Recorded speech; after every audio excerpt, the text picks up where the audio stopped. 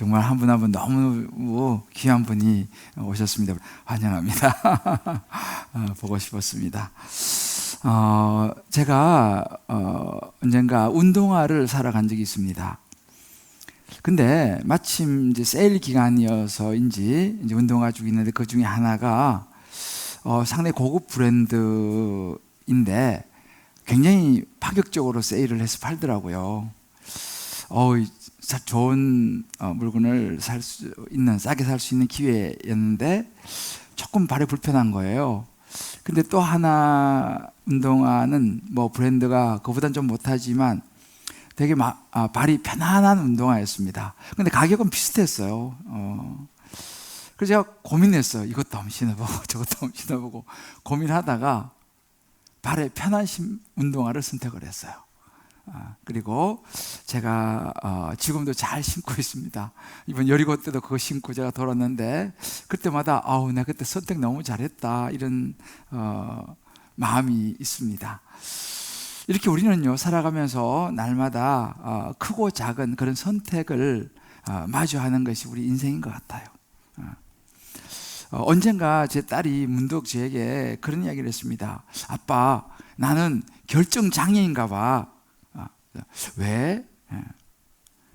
나는 어떤 것을 결정할 때 결정을 잘 못하는 것 같아. 그래서 제가 이렇게 이야기했습니다. 그거는 장애가 아니고 어려운 거야.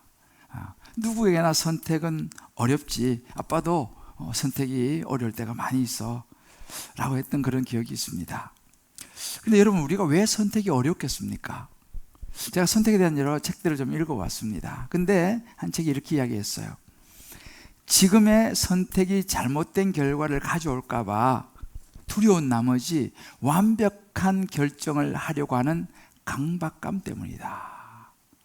이게 참 그런 것 같아요. 정말로 우리가 완벽한 결정, 우리의 진로도 그렇고 때로는 뭐 직장, 때로는 배우자, 또 친구, 뭐 사업 파트너, 우리 입는 옷죠, 뭐 신발, 여러 생필품도 다 우리 선택해야 되잖아요. 참 그것이 어려운 것 같습니다. 제가 선택이 쉬운 사람은 없다라는 책 제목을 봤어요. 얼른 사서 제가 읽어보았습니다. 부제가 이렇게 붙어 있었어요. 고심 끝에 결정해도 돌아서면 후회하는 당신에게. 그래서 진짜 그런 것 같다. 그래서 이제 읽어보니까 리사 터커스트라고 하는 사람이 쓴 책이었는데요. 그 책에 이렇게 나와 있어요. 선택은 단지 살아가는 방법이 아니라 영혼의 문제이며 하나님의 크신 계획과도 연결되어 있다. 이런 내용이 있었습니다. 참 제 마음에 와닿더라고요. 보통 우리가 살아가면서 방법적인 면을 생각했는데 이 영혼의 문제이고 또 하나님의 계획과 연결되어 있다 라는 그 문구가 마음에 참 와닿는데요.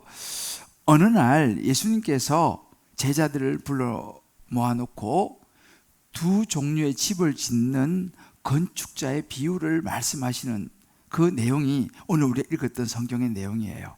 지혜로운 건축자와 어리석은 건축자의 이야기였죠. 그 이야기를 통해서 우리 인생에서 영혼을 향한 선택은 어떤 것이고 또 그 선택에 따른 결과는 어떤 것인가를 말씀하시는 그런 그 내용입니다. 두 사람이 집을 지었습니다. 한 사람은 좀 편하게 땅을 파기가 쉬운 모래 위에다가 파고 집을 지었습니다. 시간이 많이 걸리지는 않았죠. 그렇지만 모래 위에 집을 지었는데 빠른 시간에 집을 지었지만 멋지고 참 좋아 보였습니다. 또 한 사람은 집을 지었는데 이 사람은 너무 힘들고 어려웠지만 그 화강암 터 위에 그 바위를 부수고 집을 지었습니다. 당연히 시간도 많이 걸렸죠. 고생도 하면서. 그런데도 불구하고 집이 뭐 굉장히 멋있어 보이지는 않고 그냥 투박하게 보이는 집을 지었습니다. 근데요, 문제는 그 다음이었습니다.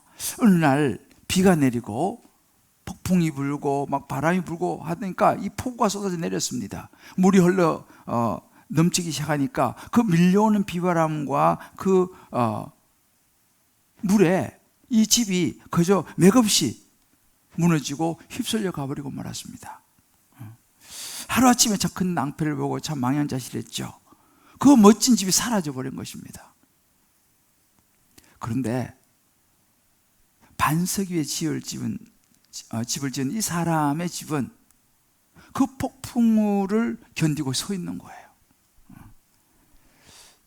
힘들게 지었지만 밖에는 폭풍이 막 몰아치고 비바람이 부는데 그 집 안에는 너무나 고요하고 편안함이 있었다는 것이죠. 예수님이 이런 이야기를 해 주십니다.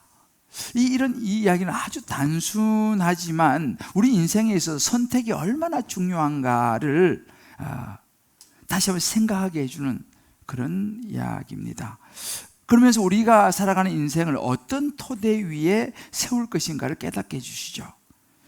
자, 그렇다면 오늘 우리는 한번 짧은 시간이지만 인생의 토대에 대해서 이것이 우리에게 어떤 의미가 있는지를 한번 살펴보려고 합니다. 그 첫 번째는 모래 위에 세우는 인생입니다. 물론 모래 위에 세우는 인생을 살아가는 사람도 각자의 생각이 있죠. 자기의 계획이 있습니다.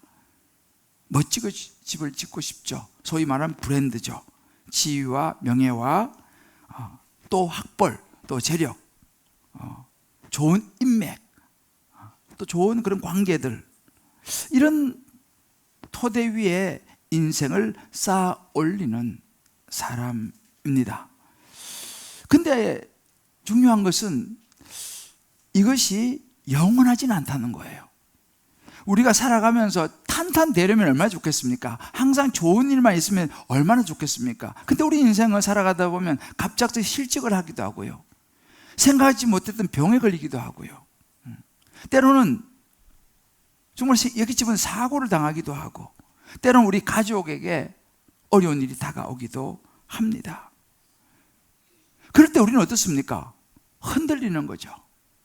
너무 심하게 흔들리다 보면 왜 내 인생에 이런 일이 일어났느냐, 왜 하필이면 나냐 라고 심하게 흔들다 보면요, 때로는 인생이 무너지기도 하는 거예요. 그런데 여러분, 우리 인생에 이런저런 일이 일어나는데 사실은 가장 힘든 우리 인생에서 만날 수밖에 없는 일이 죽음이라는 것입니다. 여러분 아마 엊그제 그 전원일기 일용엄니로 잘 알려진 김수희 배우 갑자기 주무시다가 소천하셨습니다. 저도 그 기사를 보고 깜짝 놀랐습니다. 여러분, 이것이 남의 이야기가 아닙니다. 아유, 뭐 어차피 사람은 한번 살다 가는 거지 라고 가볍게 생각하기에는 너무 중요한 일인 거예요. 우리 인생에 있어서요. 이 조선 말기에 유명한 건달 정만서라는 사람의 그 이야기가 있습니다. 이 사람이 이제 죽을 때가 됐는데 친구가 물은 거예요. 여보게 죽음이 뭐라고 생각하는가? 물으니까 정만서 씨가 그렇게 대답했다는 거예요. 나도 처음 겪는 일이라 잘 모르겠소이다 라고 대답했다는 거예요. 이게 우스갯소리 같지만은 굉장히 중요한 물음이요, 그 물음에 뭔가 답을 하지 못하는 우리 인생의 모습이죠. 근데 여러분, 하나님은 그렇게 말씀하지 않습니다.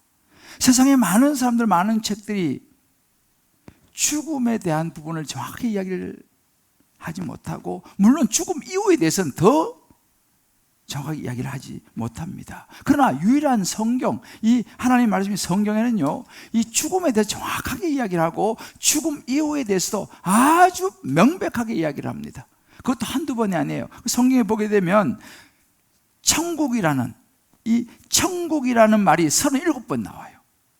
지옥이라는 말이 단어가 13번 등장합니다. 이 다 죽음 이후의 일이거든요. 그러니까 인생의 결론이 뭐냐? 성경 우리에게 말합니다. 히브리서 9장 27절에 한 번 죽는 것은 사람에게 딱 정해져 있다는 거예요. 모든 사람이 한 번은 죽는 거 정해져 있다는 것입니다. 언제인지 우리는 모르죠. 그러나 하나님께서 그때를 정하신다는 거죠. 그러나 그것이 끝이 아니고요. 그 이후에 한 번은 죽는데 죽음 이후에 심판이 있다라고 말씀하십니다. 이 말은 뭐냐면 우리는 모든 사람이 살다가 죽음을 맞이하는데 모든 사람이 죽음을 맞이한다는 것은 모든 사람이 누구도 한 사람도 심판을 피할 수 없다는 것이죠. 왜? 심판이 그 다음에 있으니까. 성경에는요, 죽음 이후에 이 천국과 지옥에 대한 이야기가 들어 등장하는데 그 중에 한 이야기가 부자의 이야기입니다. 이 부자는요, 재산이 많았습니다. 그리고 그 해에도 추수를 했는데 너무 풍년이 돼가지고 창고가 있는데 이 창고에 다 못 들이는 거예요. 또 여러 창고를 또 지었습니다. 거기다가 이제 또 가득가득 수확한 것을 쟁여놓고 나서 이 부자가 이렇게 이야기합니다. 내가 내 영혼에게 이르되 영혼아 여러 해 쓸 물건을 많이 쌓아두었으니 이제 이거 내가 이제 앞으로 남은 동안 먹고 살 거지 걱정 없는 거예요. 여러 해 쓸 물건을 많이 쌓아두었으니 이제는 내가 평안히 쉬고 먹고 마시고 이제 좀 누리면서 좀 즐거워하자. 여행도 좀 다니고 이제 편하게 살아보자 라고 이야기합니다. 여러분 사실은 오늘날도 많은 분들이 그런 생각을 하잖아요. 아우 너무너무 그동안 고생해서 퇴직했으니 이제 좀 편하게 좀 살아보자. 여행도 하고 먹을 거 먹고 이제 앞으로 내가 살아있는 동안 먹고 사는 건 큰 걱정이 없으니 라고 생각하는 분들이 있으시죠. 또 그런 나를 위해서 열심히 일합니다. 내가 열심히 모아가지고 내가 어느 정도 딱 되면 그 다음부터 나는 좀 이제 먹고 쉬고 여행하고 이제 난 편히 쉴 거야. 난 놀 거야. 그래가지고요 요즘은 일찍 모든 것을 계획을 하는 그런 젊은이들도 있어요. 근데요 이 사람에게 하나님이 이렇게 말씀하시는 거예요.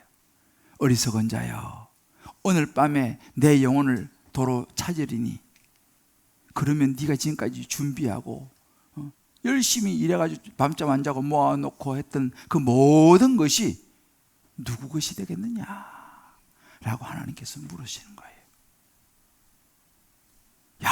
열심히 해서 쌓았습니다. 이제 앞으로 먹고 살 걱정 없습니다. 다 준비해놨는데 하나님이 부르시면 누구게 되겠느냐.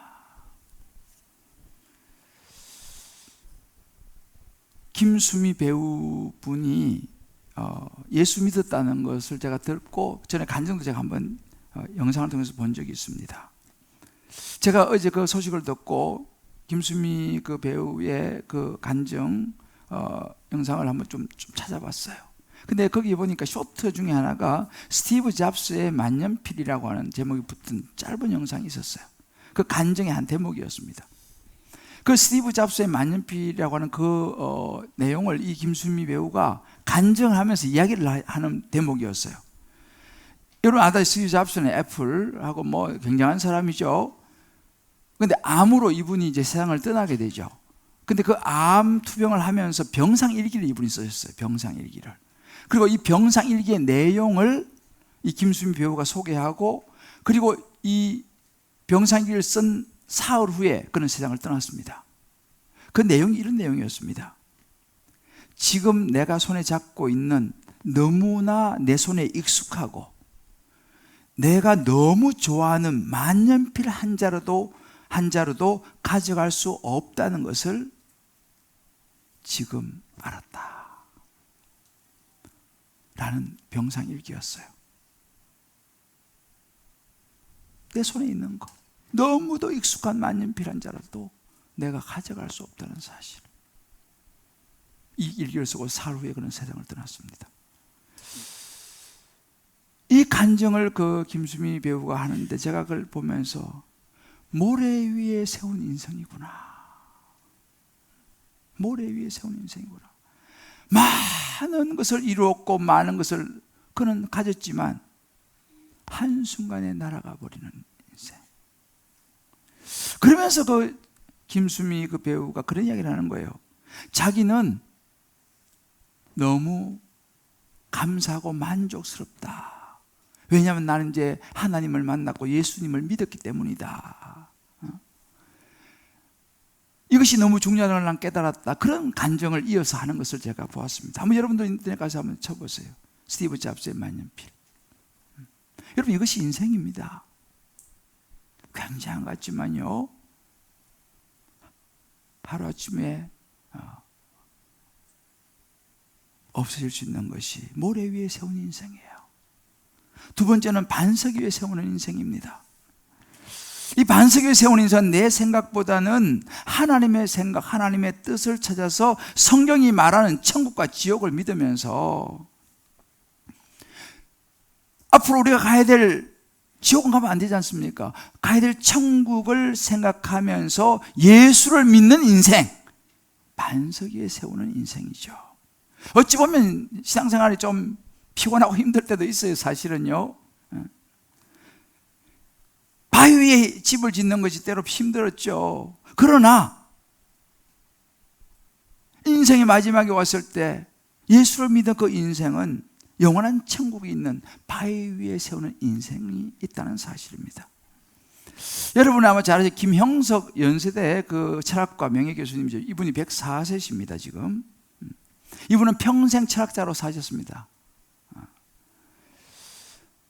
평생 철학을 가르치면서 이 교수님께서 100세를 살아본이라는 책을 쓰셨어요.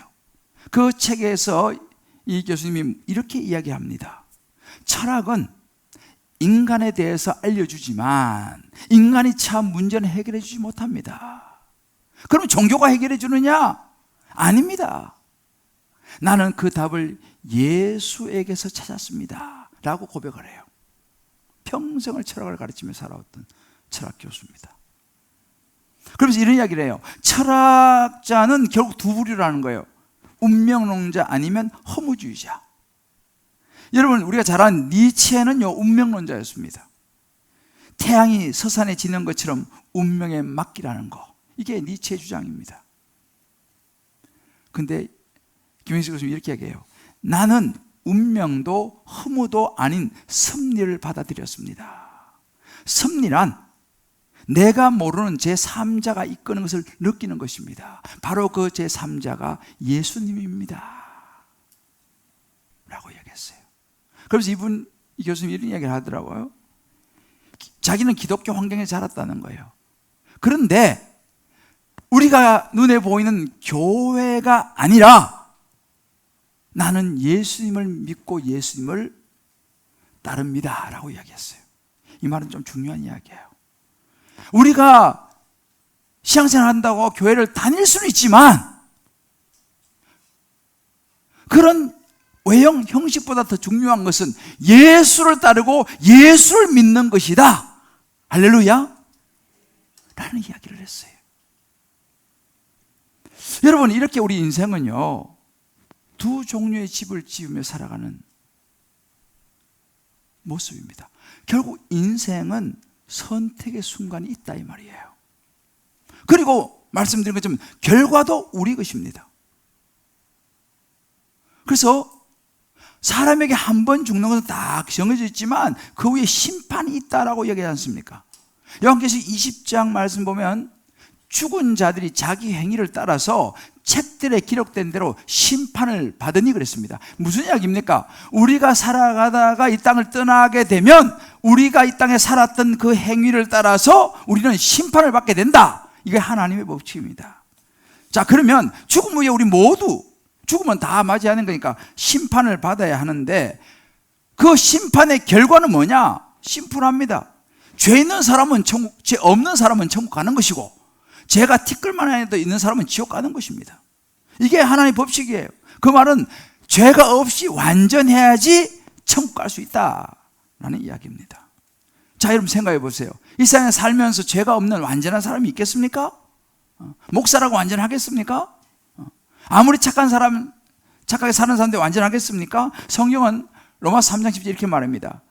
의인은 없나니 하나도 없다고 그랬습니다. 세상에 살아가면서 의인, 죄를 짓지 않은 사람은 한 명도 없다라고 성경이 분명히 이야기를 하고 있습니다. 한 명도 없다는 거예요, 죄가 없는 사람들은요.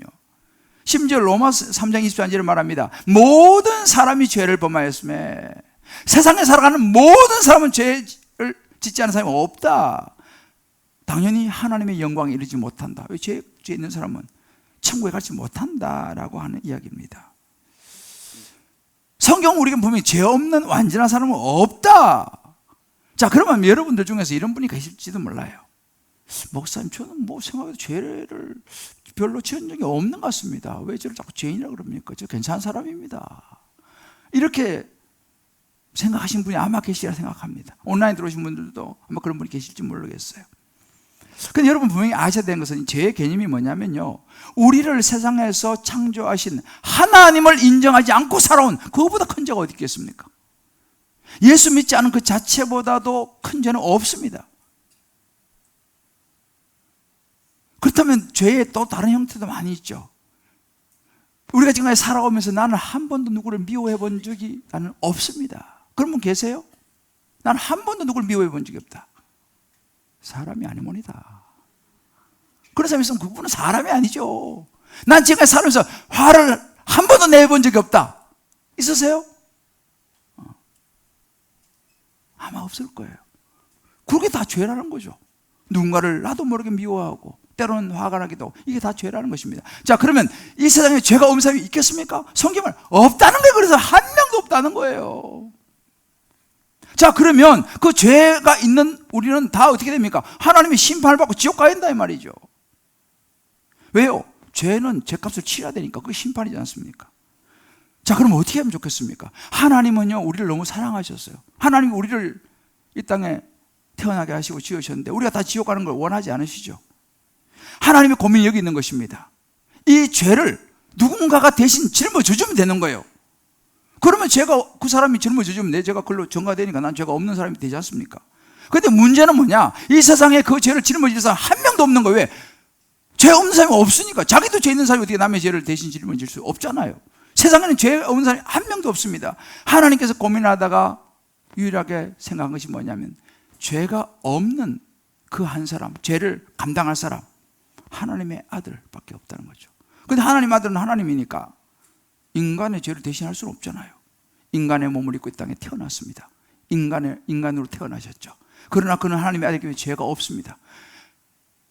하나님의 아들은 죄가 없지만 인간의 모습으로 태어났기 때문에 죄가 없는 완전한 인간입니다.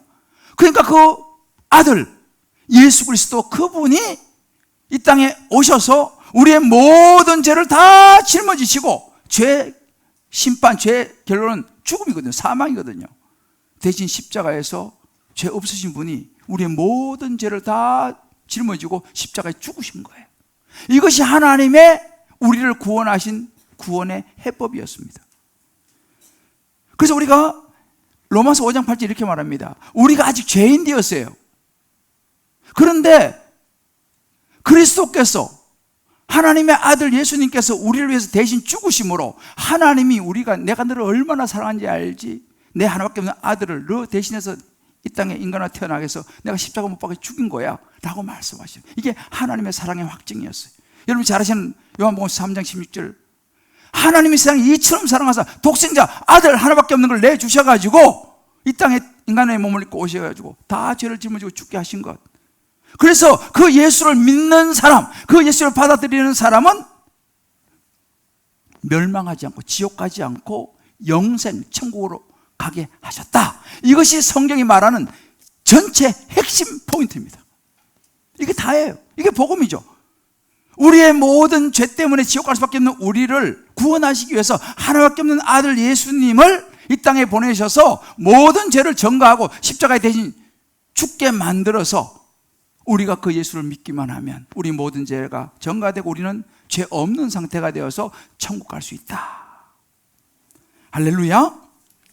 그래서 요한복음 5장 24절 이렇게 정리합니다. 내가 진실을 진실로 너희에게 이르노니 내 말을 듣고 또 나 보내신 이를 믿는 자, 예수를 믿는 자는 영생을 얻게 될 것이다. 그러니까 아니라 영생을 얻었다 그랬어요. 믿는 순간 영생을 얻었고 심판에 이르지 않아야 합니다. 그러니까 다 심판받아야 된다는 거예요. 근데 예수 믿으면 심판에 이르지 않아야 한다는 거예요. 사망에서 생명으로 옮겼다 그랬습니다. 누구에게? 예수님을 받아들이는 사람에게. 할렐루야. 조건은 예수님을 받아들이는 사람이에요. 이것이 저와 여러분이 영혼을 위해서 선택해야 될 포인트입니다. 몇 년 전에 여기 강남 지하철역 사람들이 많이 다니는 데서 한 허름한 옷차림의 사람이 바이올린을 연주했습니다. 그 사람들이 그냥 별 관심 없이 지나갔습니다. 누가 연주하나 보다 그냥 지나갔습니다. 하루 온종일 이분이 모금한 돈이 16,000이었어요. 근데 여러분, 이분이 누구였냐면요, 그 길거리에서 연주했던 이분은 피호영 교수님이라고 국내 최정상급 바이올리니스트였습니다. 이분은 이 코리아 심포니 악장이고요, 세계 정상급 오케스트라 단원으로 이분이 활동을 하신 분이에요. 여러분, 이분이 그날 가지고 연주했던 그 바이올린은 약 70억. 별로 안 놀라시나요? 약 70억에 달하는 스트라디바이우스라고 하는 바이올린이었다는 거예요. 그래서 사람들은 아무도 알아보지를 못했어. 그때 알아본 사람이 한 명 있었어요. 한 기자가 그걸 알아보고 그 기사를 썼어요. 제가 그 기사를 읽었습니다. 여러분, 우리 인생도 그럴 수 있다는 거예요. 예수가 뭐야? 천국 지옥이 어디 있어? 예수 옛날에 이스라엘 사람인데 우린 그럴 수 있는 거죠. 그냥 스쳐 지나갈 수 있습니다. 몰라보는 거죠. 우리는 영원한 천국을 몰라볼 수 있습니다. 오늘 이 자리에 여러분을 초대하신 분들, 올 한 번만 가자 그래가지고 강민 집사님 남편 따라오실 것 같아. 그죠? 참 좋은 남편이에요. 그래도 올 한 번만 가자 해서 여러분 오신 분들도 계시잖아. 그죠? 왜 그렇게 여러분들을 오게 하려고 그냥 애를 왜 썼겠습니까? 왜 온라인으로라도 한 번만 들어보라고 왜 자꾸 권하겠습니까?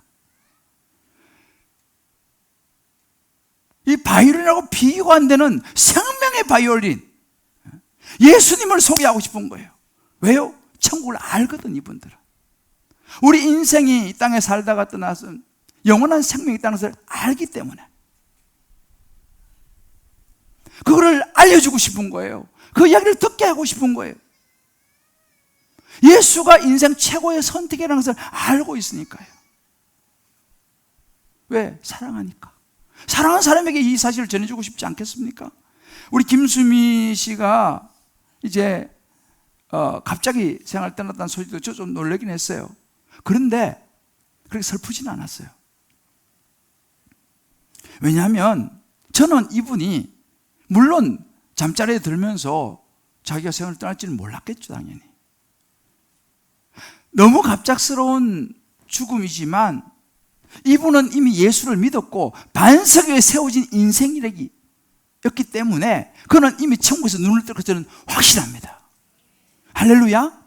그러니까 놀라긴 했지만 한편 마음이 좀 짠하지만 굉장히 그렇게 슬프지 않은 거예요. 왜? 이분은 천국 가셨으니까. 이분이요, 그 간증을 들어보면 그 간증에서 이런 이야기를 해요. 자기가 예수님을 영접하고 난 다음에 한 사람이라도 예수님을 알게 해주고 싶었다는 거예요. 그래서 자기 간증 다닙니다라고 간증에서 그 이야기를 하더라고요. 한번 들어보세요.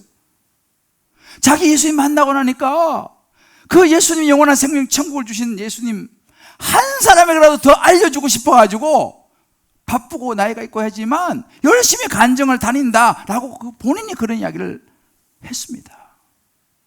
그리고요, 집에 와서요, 피곤하잖아요. 누우면 눈물이 주르륵 흐른다는 거예요. 벽에.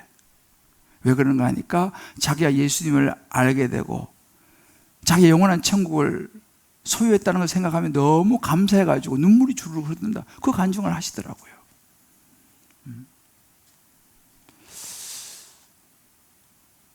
우리 사랑하는 우리 오늘 초대받아 오신 분들, 또 우리 성도님들, 또 온라인으로 오신 분들,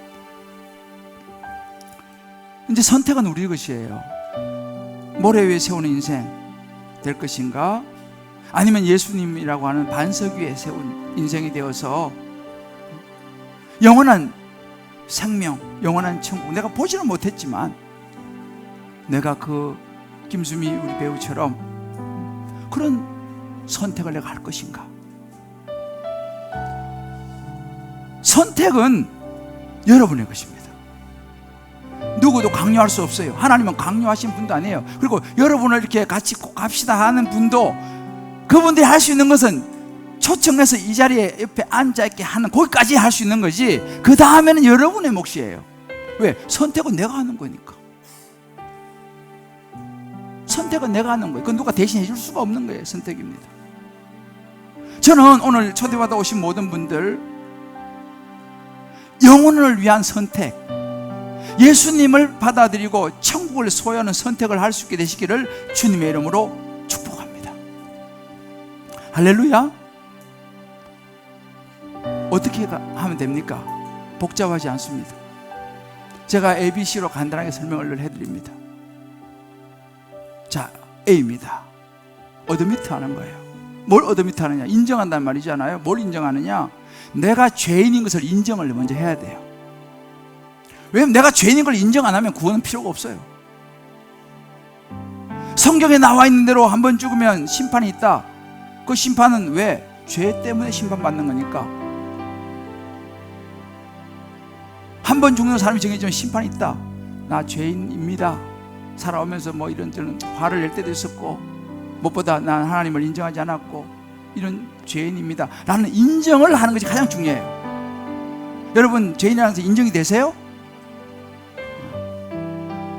글쎄요, 뭐 이런 분들 계시고, 일단 내가 죄인이라는 사실을 인정을 해야 돼요. 첫 번째 A입니다. 어드미트. 두 번째 B입니다. believe입니다. 믿는, 믿음입니다. 뭘 믿습니까? 내가 이런 참 뭐 굉장한 죄는 안 짓지만 알게 모르게 이런저런 죄를 나도 졌는데, 이 죄 문제를 해결하기 위해서 하나님이 보내신 예수님이 내 모든 죄를 위해서 십자가에 죽으시고 부활하셨다, 내 모든 죄를 위해 죽으셨다라고 하는 사실을 내가 believe, 믿는 것입니다. 아마 여러분들 이런 이야기를 많이 들으시는 분도 계실 거예요. 뭐 아이고 목사님 그런 얘기 많이 들었습니다. 좋습니다. 어디 뭐 처음 듣는 분도 계실 거예요. 좋습니다. 이제 지금 들으셨으면 되는 거죠. 그러나 마지막이 중요합니다. 마지막은 선택인 거예요. 추구자는 거죠. 마지막은 선택입니다. 그 예수님을 내가 받아들일 거냐 말 거냐, 그건 이제 자기의 선택인 거죠. 마지막은 선택입니다. 이 선택에 있어서 에베소 2장 8절에 말합니다. 하나님의 선물이라고 그랬어요. 여러분, 오늘 처음 오신 분 나가시면 선물 받으실 텐데요, 선물 받고 계산한 사람 없잖아요. 선물은 그냥 받는 거예요. 오늘 초대받아 오신 분들 선물 주시는데, 선물 받으면 내 거야 되는 거고, 아예 필요 없어요. 안 받으면 그건 내 거 아닌 거예요. 구원이라는 것은 너에게서 난 것이 아니요 하나님의 선물이라고 그랬어요. 뭘? 믿음으로 말이냐, 믿음의 고백을 통해서. 그래서 오늘 여러분들이 이 예수님 내가 많이 받아들이겠습니다 하고 저를 따라 이제 기도할 텐데, 기도하면 여러분 선물 받는 것이고, 여러분은 천국을 소유하게 될 것입니다. 왜? 성경에 약속이 그렇게 되어 있으니까. 전 봤습니까 목사님? 저도 못 봤어요. 그러나 지금 2000년에 걸쳐 오면서 수많은 사람이 이 성경을 믿고 심지어 목숨을 잃었습니다.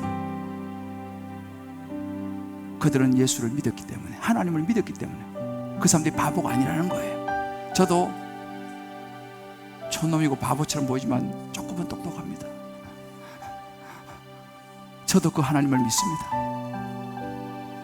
이제는 선택의 시간입니다. 다 이제 눈을 한번 감아보세요.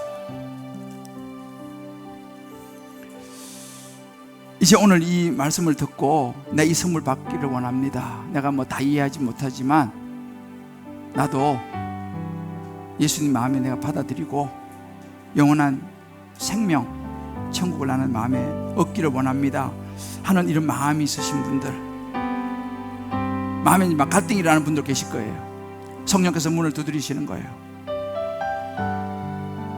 하나님은 막 강제로 밀고 들어가지 않습니다. 문만 두드려요. 문은 내가 열어야 되는 거죠. 선택은 내가 하는 거니까. 아마 여러분들 헷갈리시는 분들, 긴가민가 하신 분들도 계실 거예요. 그런 분들은요, 이 영적 기도를 하시면 돼요. 지난주에 제가 온라인으로 김포에 사시는 강정숙 60세 분 말씀드렸는데 온라인으로 말씀을 듣고 가슴에 손 얹고 영접 기도했어요. 할렐루야. 그분 예수 영접했어요. 또 지난주 미국에서 우리 한 장로님 출장 가셨는데 직원이 온라인으로 그 설교 듣고 자기 예수 믿겠다고 가슴에 손 얹어가지고 예수 믿었어요. 할렐루야. 온라인 들어오신 분도 마찬가지입니다. 자, 눈을 감으시고 나 오늘 예수님 마음에 받아들이고 싶다 하는 분들은 오른손을 왼쪽 가슴에 얹어 보십시다. 제가 이제 기도합니다. 뭐 다 할 수 없어요. 어떻게 다 하면 저도 하나님 다 모르는데, 그러나 오늘 이 심플하게 나도 그 예수 내 마음에 받아들이고 나도 영원한 생명 얻기를 원합니다 하는 분들 손 얹으시고, 긴가민가 하신 분들은 손을 얹으면 돼요. 왜? 손해볼 거 없으니까. 또 이미 예수 믿은 분들도 다시 한번 손을 얹고 다시 한번 나를 위해 십자가에 죽으시고 보라 예수님을 붙잡으시길 바랍니다. 자, 이 시간 저를 따라 기도하는데 진지하게 진심으로 기도를 따라 해주시길 바랍니다. 작은 소리로 저를 따라 했습니다. 손 얹은 채로요. 주 예수님, 나는 주님을 믿고 싶습니다. 나를 위해 십자가에 죽으심으로 내 죄값을 담당하심을 감사합니다. 지금 나는 내 마음의 문을 열고 나를 위해, 나의 죄를 위해 죽으시고 부활하신 예수님을 나의 구주, 나의 하나님으로 마음에 받아들입니다. 영접하면 자녀 삼아 주시겠다고 하신 하나님의 약속을 믿습니다. 이제 제 마음에 들어오신 예수님, 그 예수님을 따라